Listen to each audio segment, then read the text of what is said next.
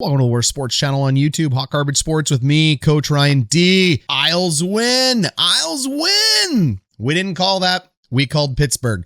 But to be fair, we also didn't realize that Jarry would end up being junk. And I'm saying we to protect my fragile ego because it's I didn't realize Jarry was going to be this junk. Islanders prove it wrong. Nothing taken away from the Islanders. They played a fantastic series from top to bottom. They have one of the best, probably the best coach in the NHL right now. So now we have the Islanders and the Bruins, and oh baby, I am here to give you 12 reasons you should be fired up and excited for this series, as well as my prediction for who I think is going to win this. And I don't know what that means because we called one of them wrong. But we also called Boston to the Cup. They might be in trouble, though. Stick around to the end of the video to find out. Roll the intro. Here's Lemieux. The center penalty coming up. Look at Lemieux. Oh, my goodness. These American series, especially the Eastern Division, have just been fire. I have been spending a lot of time with my head buried in the sand in the Northern Division. And frankly, even though my Jets won, been kind of boring. Don't tell Canada that, though. New York and Boston should be pure fire. Both series before it were fire, Washington and Boston. This series of the Islanders and Penguins were fire, and the Islanders crowd was hot, baby. Hot, hot, hot. So without further ado, here are the top 12 reasons that you should be excited and watching this series. Number 12. Low goals against for both teams. This is actually, I think, a very exciting reason to watch this series. Unlike most series where, frankly, 0-0 games and 1-0 games, I don't personally find the most exciting, even as a hockey aficionado, if you will. But I think this one will be exciting. These are two extremely fast teams that play really, really tight in the neutral zone. They're both really well coached, but, we'll talk about that a little later. So I actually think the low goals against is going to make this series a real nail biter. Number 11. The Islanders won this series 5-3, but the true series record was 3-3-2, and two of those wins ended up coming in overtime, which is 3-on-3, and we know that's not coming in the playoffs. But I think a lot of experts are going to have Boston as the clear favorite going into here, but we do have to look at the records, so it's a great reason to watch. Number 10. The Bruins won their 3 games in that 5-3 series against the Islanders at the end of the season when it matters leading up to the playoffs. Number 9. The Bruins outscored the Islanders 10-3 in those last 3 games leading up to the playoffs. Number 8. The Bruins acquired Taylor Hall at the trade deadline, which led to those 3 wins. Interesting. Number 7. But the Islanders did pick up Palmieri and Zajac from the New Jersey Devils. They didn't even have to move their living quarters. Just what arena they are carrying their bag to. And Palmieri has been quite the player for the Islanders in the playoffs. Fantastic, fantastic player against the Penguins. And Zajac got into the lineup tonight, brings a veteran presence, has been to a Stanley Cup final, very defensive, responsible locker room leader. Number 6. The Islanders have the best coach. Trotz is the best coach. If you don't think he's the best coach, your vote better be for Coach Q, who isn't in this series, so irrelevant. Trotz gets the nod, and that's a big deal in the playoffs. Number 5. The Bruins have better special teams. Their power play and penalty kill is miles above almost, anyone else in the league, I believe. The perfection line with McAvoy is a deadly, deadly first unit to come out, and Boston's dedication to their kill all year have actually put them in second in the NHL. So even though the Islanders have a phenomenal penalty kill, 83%, that's good enough for 6th. Boston has 86%, that's good enough for 2. And we all know that special teams makes all the difference in the playoffs. It really does. Number 4. The Bruins have better forward line depth. Go down the top 12. It is very hard to argue, even if you're an Islanders fan, that right now the Bruins have the better line depth. I know. Islanders fans are going to say a lot of their players are young. They're underrated. And when they win the Stanley Cup, they are absolutely going to be fairly rated. And you're right. But right now, objectively looking at both teams, and I'm a biased Jets fan. Look behind me. I got to give this nod to the Bruins.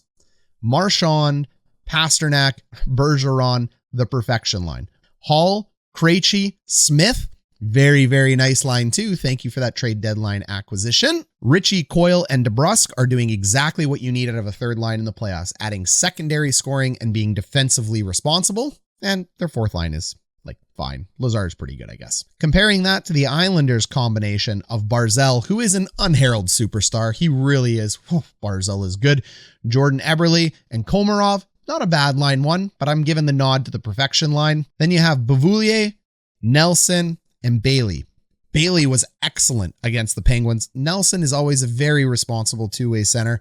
I mean, this is a nice line, but Hall and Krejci, I got to give it to that line. Sorry, Isles. And then you have Palmieri and Pajot. Pajot, again, really nice third line center. The Islanders have a very underrated top three centerman. Their depth at center is fantastic.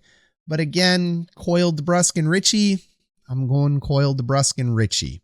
And I didn't include Wahlstrom because he's kind of injured, kind of not. And Zajac muddles in somewhere there. So there's really two set positions on that line. I do, though, give the edge to the Islanders' fourth line. I think this is Zekas line with Martin. I like that. And I still like Cal Clutterbuck, even though he has an absolutely ridiculous name. Who names their kid Cal when his last name's Clutterbuck? Your parents were either drunk or really funny. Number 3, the Islanders' top pairing defenseman and likely defensive core is better than Boston's.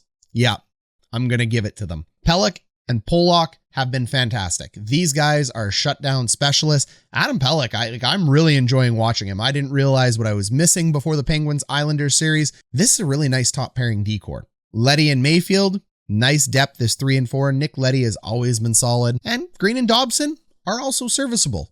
They are. Let's take a look at the Bruins. Sadly, since the loss of Char, and I know he was a little older, and Torrey Krug leaving town, the Bruins back end feels so-so, but their commitment to team defense is very high, so they do make it work, plus a pretty good goaltender. Grzelcyk and McAvoy. McAvoy is elite, there's no question about it, but I don't like these two as much as I like Pelech and Pulock in terms of shutting down other teams. Both are very good, though. I mean, they're both top pairing defensemen. It makes perfect sense, but I'm giving the edge to the Islanders. Riley and Carlo, again, slight edge to the Islanders. Not huge, slight. And Tenorti and Clifton, fine. That's all I got to say. Fine. Number 2, Tuukka Rask. He's hot right now. He is. But this could also be in favor of the Islanders depending on what Tuukka Rask we get. You get Tuukka Rask from the last 3 games in the series against Washington. Man is fire. When he is on, he is on. But if you get the Tuukka Rask that let in 3 crappy weak goals in the first 2 games against Washington, it's the only reason it wasn't a sweep. Sorry, Caps fans, but Rask costs you 1 game. If you get that Tuukka Rask that lets in 3 out of 6 as weak goals, well, the Islanders can absolutely expose you. They're faster than the Washington Capitals. They play a better team game than the Capitals, and they're better coached than the Capitals. The Capitals have some veteran presence and tough guys, but the Islanders are definitely going to be a much tougher matchup for the Bruins and for Tuukka Rask. But if you get the Rask that plays the way Rask can play in the last 3 games, series is over. Rask will absolutely steal it. Sorokin is fine. He's okay.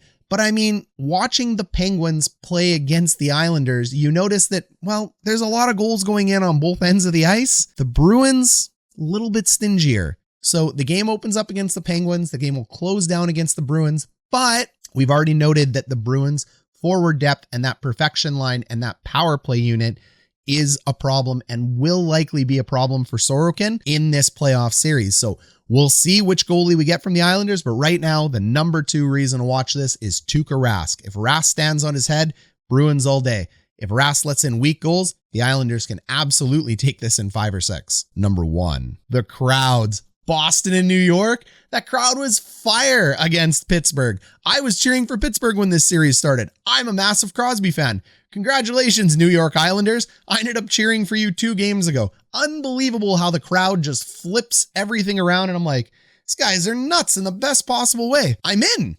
Completely in. Young team, fast, Trotz, Barzal's through the roof. You have a song for Josh Bailey? What? You have a song. Love it. Well, Boston fans are, well, just as nuts. They love their sports. City of champions for a reason, right, Boston fans? So these crowds are going to be hot anytime Boston and New York get together to clash in any sport. It is absolute fire. That is probably the number one reason to watch this, because I've been watching teams in the North play with no fans, and it's just, there's like no energy. I'm not saying either way there should or shouldn't be fans. I'm just saying watching on TV, it just feels so much more exciting listening to the crazy New York and Boston fans go wild. So those are your 12 reasons to watch this series.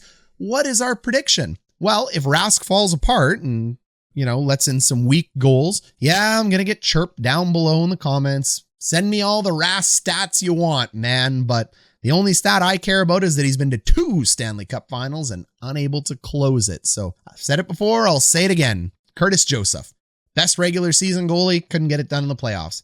Rask is vying for that crown. Could turn it around this year, though. If Rask stands on his head, though, which I am going to predict, the money is down. I'm predicting it. I say Boston gets through in 7 games against the Islanders, and these will be tight games, contested by 1 goal or an empty net goal. To spread that by 2, that's my gut feeling. 6 is an easy cop-out. 5 is a tough one to pick because I don't think I think it's doing the Islanders dirty by saying they're going to be out in 5.